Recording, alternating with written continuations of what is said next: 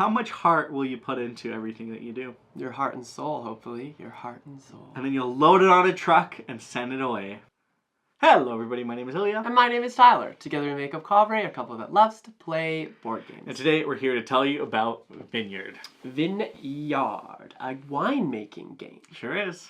This is a game by Roberta Taylor, Eduardo Baraf, and Katherine Waddell, and is published by Pencil First Games. In this game, you'll be taking a role as a group of friends trying to make the most wine.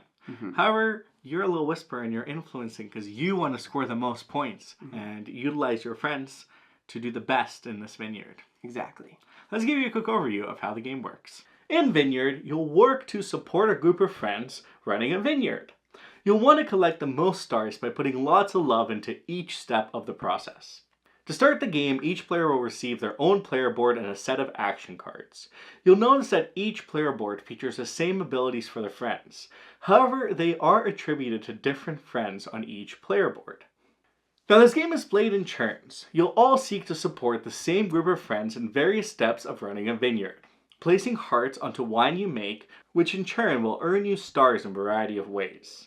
You'll play until all 3 trucks have been loaded, at which point the game ends and the player with the most stars wins. On your turn, you'll take a card from your hand and play it under a friend of your choice. Each character must have a card on them before you're able to place a second card on the same character, and no friend may have more than 2 cards placed. You'll then move the friend to the corresponding location on the main board that matches the action. Here, you'll want to consider the friends, as they cannot move to a location they're currently in, and some locations are restricted to 1 or 2 friends at a time. You'll then perform the ability of the location, utilizing your friend's abilities if unlocked and applicable. Let's go over the locations. Here, you'll create tour groups, potentially earning coins by executing one ability on the train card that you choose. Here, you'll cultivate grapes to enhance the value, and add your hearts to the tokens of your choice. Here, you'll harvest by taking a group of the same grapes and putting them into a crush bin, seeking to harvest more tokens as you're able to put more hearts on the crush bin if so. Here you'll make wine by completing a barrel's requirements from 1 crush bin. All of the hearts will transfer, including 1 for each player from the crush bin itself. And of course, 1 additional heart for yourself since you're the one who made it. You'll sometimes score stars as part of this process. Here you will age wine, moving the barrels to various parts of the cellar to mark the passage of time, and of course placing more hearts onto the barrels that you've moved. And finally here you'll load the barrels, placing the rightmost wines in the cellar onto the trucks, and scoring when the truck has been fully filled. Each player who contributes at least 1 heart per barrel will receive a point for that barrel. Then, the truck scoring occurs, as written on the card. You'll then shift onto the next truck and the next stage in the game. You'll notice trains, barrels, and trucks come in 3 levels. As each truck is loaded, the board is refreshed to the next level. Lastly, there is a paperwork location. You can always go here with any character. What you'll do is pick up all the cards you've played back into your hand and receive a coin for each card picked up. Now you can choose to either upgrade your cards by paying the cost and exchanging with the same symbol on the improved action cards to the side of the board, or buy friend ability upgrades on your player board. This is only used for coins, so upgrade wisely. You'll keep playing, upgrading, moving strategically until the 3rd truck has been loaded.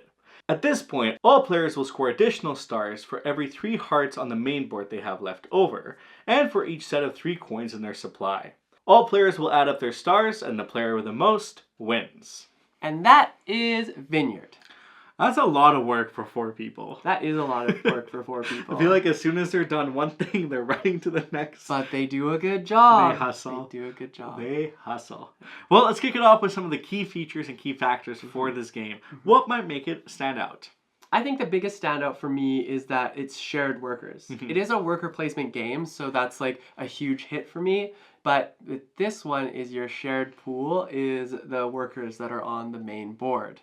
And it is really interesting because you are faced with a decision of placing a card in front of a worker, and you can't use the same worker twice. You essentially have to use all the workers before you're able to use them a second time, or you have to do some paperwork. Yes. So the layers in that decision making of who do I want to use, where do they want to go, because they specialize in various aspects, is really interesting. It's a key mechanic to definitely play with in this game. Yeah, and one of the things that I find actually really interesting about this game is there's like some asymmetry that does exist, but it's within the workers, the player boards that you're given. So basically, like, you work the best with this person when you're doing this activity, and then you get these benefits. At least that's how I like to think about it. They essentially specialize in everything, but you only have access to one specialty. Yeah. So you have to do your secret whisper, and all of a sudden, they're good at harvesting. Yes, exactly. Now, I think another factor of this game is that you're very much adapting to what everybody else is doing. This is a game where you're certainly paying attention, because not only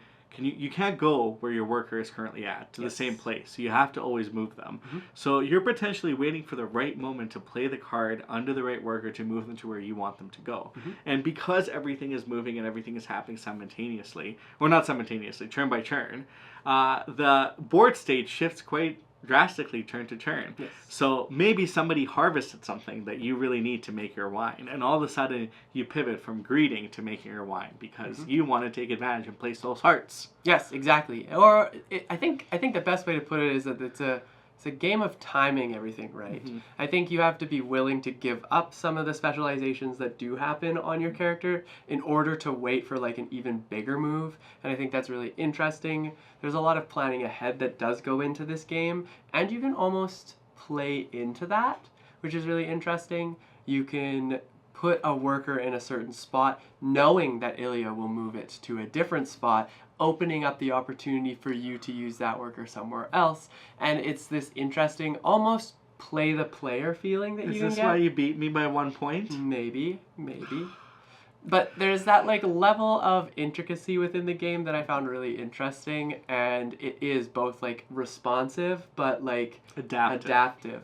Well, I guess they're the same thing. Responsive and adaptive. Is it responding? You're responding and adapting, but you're also like leading into this too as well. So I think there's both going on. It's a game of leadership. You gotta do what you gotta do to make the best circumstance for yourself. Exactly. Now, another key decision in this game is when you do paperwork, you can upgrade either your character or your cards. Yes, yeah. And the cards and the characters, sometimes there's overlap because they may let you harvest twice or make wine twice, or maybe some card will make your wine twice. So you really have to figure out a way to best optimize your upgrades to make the best use of your time. And I feel like that's also a tricky aspect of the game to play with, because currency is primarily used for the upgrades. So, and what you upgrade will really shift the dynamic of what your game will look like. Yeah, it's a good way to like hone in on a particular strategy. I think that the upgrade cards are fantastic for that. And then you can pick and choose between the characters that you have. Which ones do you want to like fully upgrade? Which seem good only at like the base or at the second level? It's kind of up to you to discover, and it's a nice piece of strategy that comes along with the almost deck building, because you're really just building out a hand, and you replace cards when you do the upgrades. So that's your really 7 cards could be stellar. Could be stellar. Yeah. And there's a lot of various aspects of fun in this game, as well as the different scoring conditions with the trucks, the greeting, the train cards that come by, the people that want to come see your vineyard. It does seem really thematic to everything that you're doing. And how much heart will you put into everything that you do? Your heart and soul, hopefully. Your heart and soul. And then you'll load it on a truck and send it away. And hopefully everybody else that encounters it will enjoy it. So much love in the vineyard. Now, this game also has a couple of various modes and a solo mode that you can discover as well. There's also a cute little cat that follows along with what you do and changes the game up a little bit. So there's quite a lot to discover within the world of Vineyard. But with all of that said, what are our final thoughts in this game? I think if you're looking for like a new worker placement game that's a bit like on the light middle, this is a great game for you to try out. I think it's vibrant, it gives off a good vibe, and it's definitely definitely a winemaking game. Roberta Taylor makes really fun games, And I feel like this game is one that I will enjoy playing at more. We only played at 2 so far, and I'm really excited to play it. It'll be much better, I believe, at 4 because of all the dynamic aspects of this game and how the board state changes again and again. But I look forward to placing those hearts on those barrels. I look forward to stomping on the wine and crushing it. The theme really does come and shine through. Yeah, I agree, 100%. Now, if you want to learn more about this game, it is on crowdfunding. So you can hit that link in the description down below, read a little bit more about it, hear from other folks about it. And you can also, if you want to support us, you can hit that thumbs up button and that subscribe button if you're new here, because we love talking about board games and we'd love it if you joined the journey. We're also happy to answer any questions you may have about Vineyard.